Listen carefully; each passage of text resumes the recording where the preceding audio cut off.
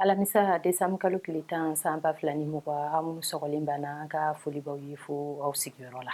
Ministre Bernadette Keita ye taama dɔ kɛ dɔgɔkun tɛmɛlen Sikaso mara la. An bɛna an da don o la k'o walawalaw ye ani cɛmanw ka afro basket n'o bɛ wele ko U18 y'aw ka kunnafoni kɛnɛ sigilen.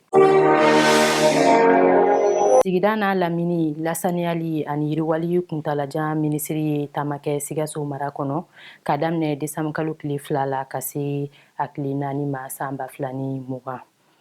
Cakɛda minnu y'a ka minisiriso baarakɛɲɔgɔn ye a tun taara a ɲɛda o dɔw kan. Kɛrɛnkɛrɛnya la cakɛda min ɲɛsinnen bɛ lasaniyali ani yɔrɔ pɔsɔni fɛnw jateminɛ ma n'a tubabukan daɲɛsuru ye DRACPN ye. O bolofara min bɛ Sikaso mara la a fɔlɔla o la. O ɲɛmɔgɔba Isa Fofana y'a jira ko baarakɛminɛn tanya b'u la kosɛbɛ n'o ye ɲamacɛ mansinw, bɛnni ani bulldozɛriw ye. Bernadette Keita y'a jira k'a ka minisiri so bɛna seko kɛ saniya ka se ka sabati sigidaw la.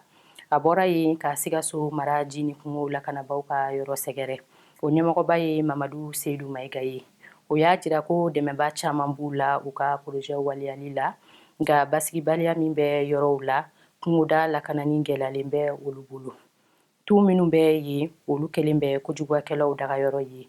Foro kurabɔlaw bɛ ka jiriw halaki. Yɔrɔ yɔrɔ tun kɛlen bɛ kungoda lakananen ye. Hadamadenw ye dankari kɛ o bɛɛ la sanu ɲini ani tasuma don fɛ. Walasa kungoda ka se ka lakana a ɲɛma, Mamadu Seydou Mayiga ka fɔ la a ɲuman ye ka baara dɔ boloda a kama. Minisiri bɔra yen ka Sikaso dɔgɔtɔrɔsoba ka jinɔgɔ marayɔrɔ magɛn. Madame Bernadette Keita labana ka taa a ɲɛda Kanboyila kungoda lakananen kan ka sɔrɔ ka na laban ni Sikaso ɲamabɔyɔrɔba in ye. Dɔrɔgu ni ɲɛnaminifɛn tɔw ONU ye kannabis sama ka bɔ dɔrɔgu juguw cɛ la.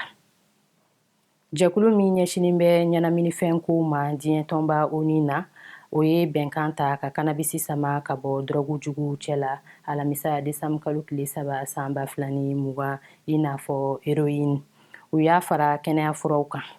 Fɛn min ye marijuana ye o fana ko ɲɛ bɛ ka sɛgɛsɛgɛ k'a dɔn ni dɔrɔgu jugu don. Diɲɛ kɛnɛyako tɔnba OMS tun ye laɲini kɛ ko ka jateminɛ kɛ kannabis kan. Jamana 53 de y'a jira ko dɔrɔgu jugu tɛ. A tun fɔra kabini san 1961 ko ka kannabis fara kɛnɛya furaw kan ko fɛn jugu tɛ.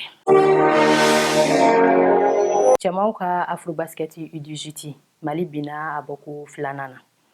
Afrique jamana basketkɛlaw minnu si hakɛ tɛ tɛmɛ san 18 na n'a bɛ fɔ o ma tubabukan daɲɛsuru la ko U18 olu ka kupu de bɛ senna Egypte jamana kan. A daminɛna alamisa Desanbu kalo tile 3 san 2020 Mali de y'u ka kupu tɛmɛnen ta. Sibiri nata Mali ni Lajinɛ bɛ ɲɔgɔn sɔrɔ nɛgɛ kaɲa 15 mana tɛmɛ ni sanga 30 ye. Jamana fila minnu ma sebaya sɔrɔ u bɔko fɔlɔ la o y'olu ye. Fila minnu ye sebaya sɔrɔ u taw la n'o ye Egypte ni Senegal ye olu bɛ ɲɔgɔn sɔrɔ jɔyɔrɔ fɔlɔ ɲinini na.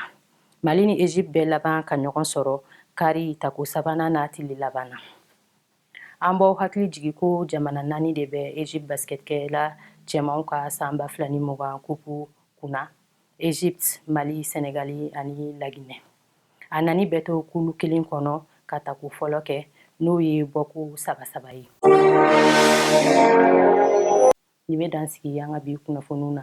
Aw k'an bɛn waati wɛrɛ.